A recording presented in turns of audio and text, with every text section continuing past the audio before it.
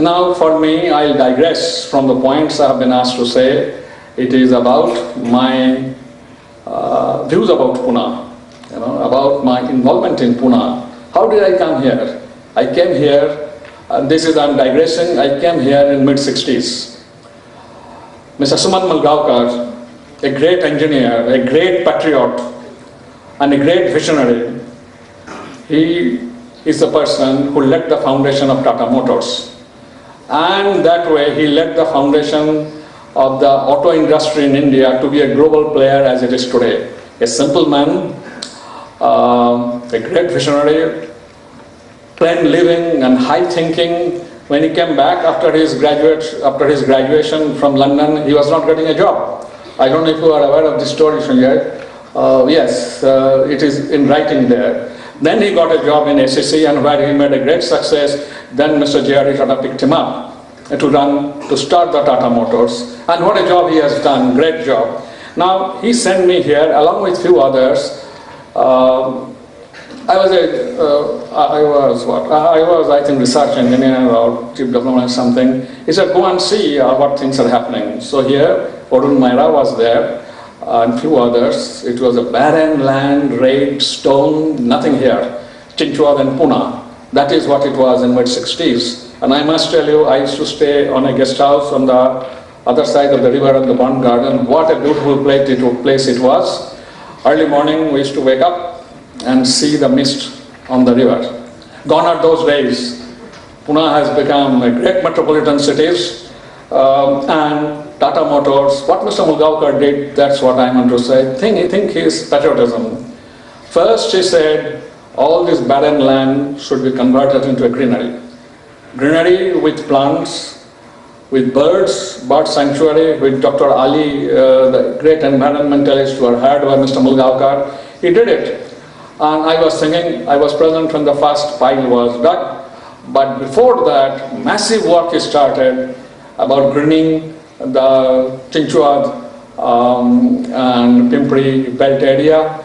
And today, if you see, you don't know that whether you come to a place which has been rehabilitated or it is natural. It is so natural, the ponds, the trees, the birds, everything he has done. So that's the first thing he did before starting the factory. Simultaneously, what did he do? Skill Development Center, training. And this training center was so good that it prompted Singapore to ask Mr. Mulgaonkar to set up a precision engineering and training shop. So greenery, environment, then training to develop the people who will man the machines, and simultaneously R&D. Those days R&D was not very much prevalent, but he did it. He did it, he started the R&D, and the result, what great range of products Tata Motors and automobile industry in general producing. And this Mulgaonkar's vision of quality, efficiency, technology is great.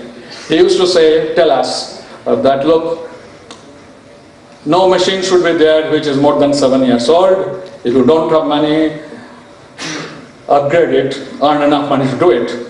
When some of the businessmen, I would say the accountants and others used to say, sir, you are investing so much money and return will be difficult. He says, look, if I want to make money, I'll print notes or I'll be a grocer's shop. Here I'm doing quality.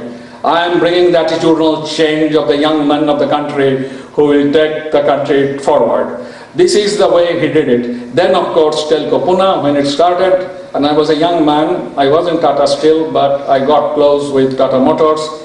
And people said, so much of land, all these investments, there is no demand in the country. I'm digressing, but I'm telling you the story of a very successful man who could be role model for all of us, and he is for me in any case.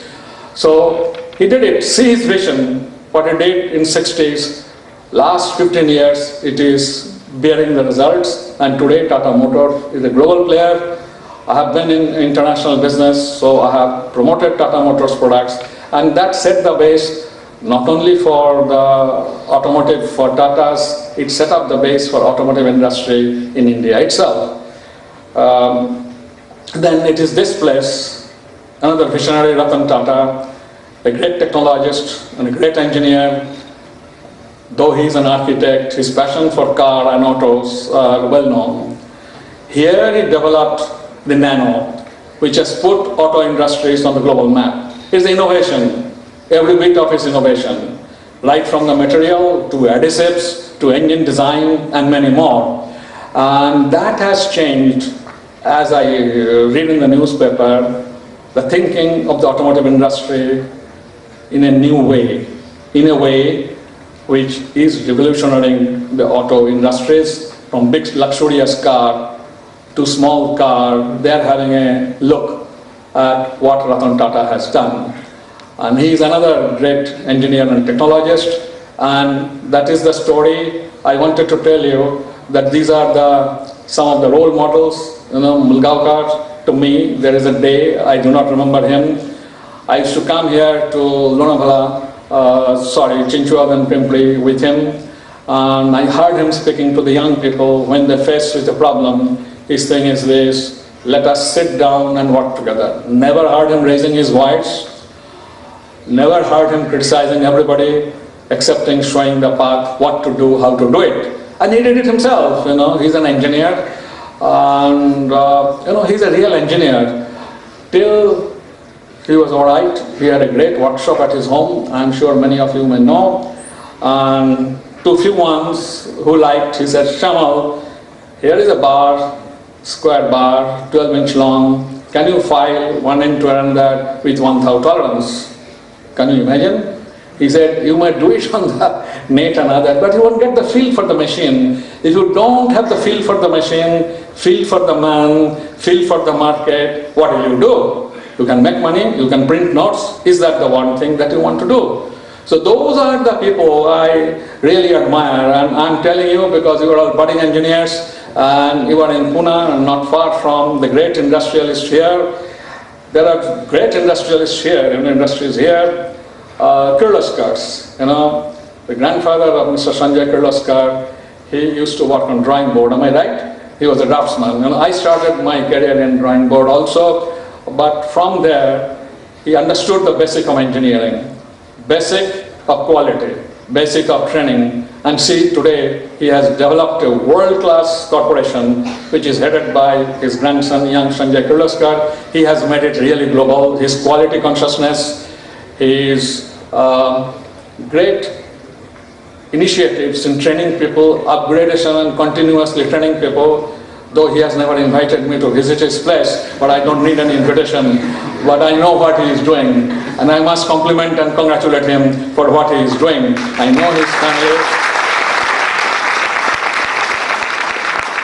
It's always a delight to meet him, always smiling, and always. And somebody asked me, what is my role now that I have retired? What is the special advisor? What do you advise?